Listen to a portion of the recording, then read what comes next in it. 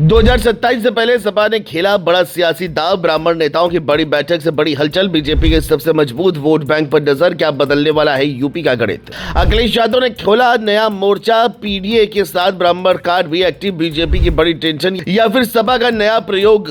2027 से पहले कौन मारेगा बाजी? ऐसे ही नहीं, सपा प्रमुख अखिलेश यादव को सियासत का मास्टरमाइंड माना जाता है, क्योंकि अखिलेश जो चाल चलते हैं वो बड़ी सोची समझी हुई होती है। भले ही चुनाव अभी दूर हो, लेकिन चालें अभी से चलनी शुरू हो चुकी हैं।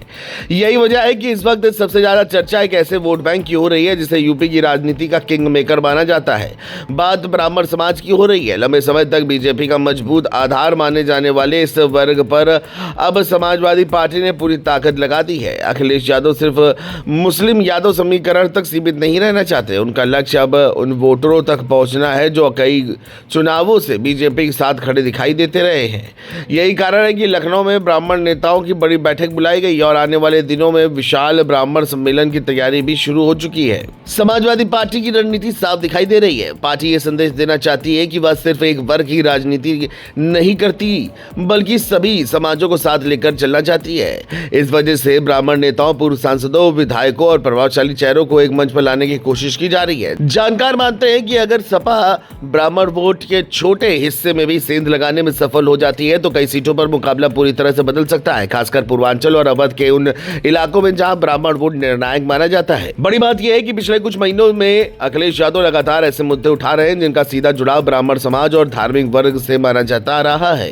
चाहे धार्मिक संस्थाओं से जुड़े सवाल हो, शंकराचार्य का मुद्दा हो या फिर राम मंदिर चढ़ावा विवाद, सपा लगातार इन मामलों को राजनीतिक बहस का हिस्सा बना रही है। पार्टी का मानना है कि इन मुद्दों के जरिए वह उन लोगों तक पहुंच सकती है जो खुद को उपेक्षित महसूस कर रहे हैं। यही वजह है कि अब सपा नेताओं की भाषा और राजनीतिक संदेश दोनों में बड़ा बदलाव दिखाई दे रहा है। दूसरी तरफ बीजेपी भी इस पूरे घटनाक्रम को गंभीरता से देख रही है। बीजेपी का दावा है कि ब्राह्मण समाज आज भी उसके सबसे मजबूत समर्थकों में शामिल है। पार्टी हिंदुत्व, संगठन और नेतृत्व के भरोसे मैदान में है। योगी और मोदी की लोकप्रियता को भी बीजेपी अपनी सबसे बड़ी ताकत मानती है। यही कारण है कि बीजेपी नेताओं का कहना है कि जातीय समीकरणों की राजनीति अब पहले जैसी असरदार नहीं रही।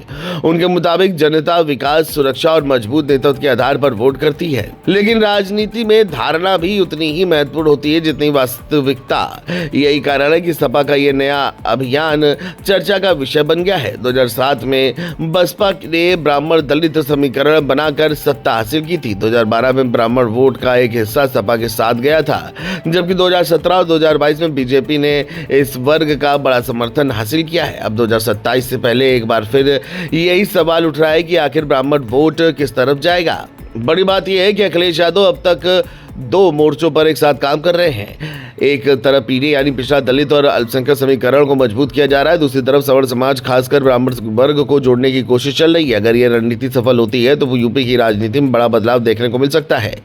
यही वजह है कि राजनीतिक गलियारों में कहा जा रहा है कि बीजेपी के नहले पर अखिलेश ने दहला चल दिया है। फिलहाल तस्वीर साफ नहीं है, लेकिन इतना जरूर है कि 2027 की लड़ाई में ब्राह्मण राजनीति एक बड़ा मुद्दा बनने जा रही है। सपा पूरी ताकत से इस वर्ग तक पहुंचने की कोशिश कर रही है।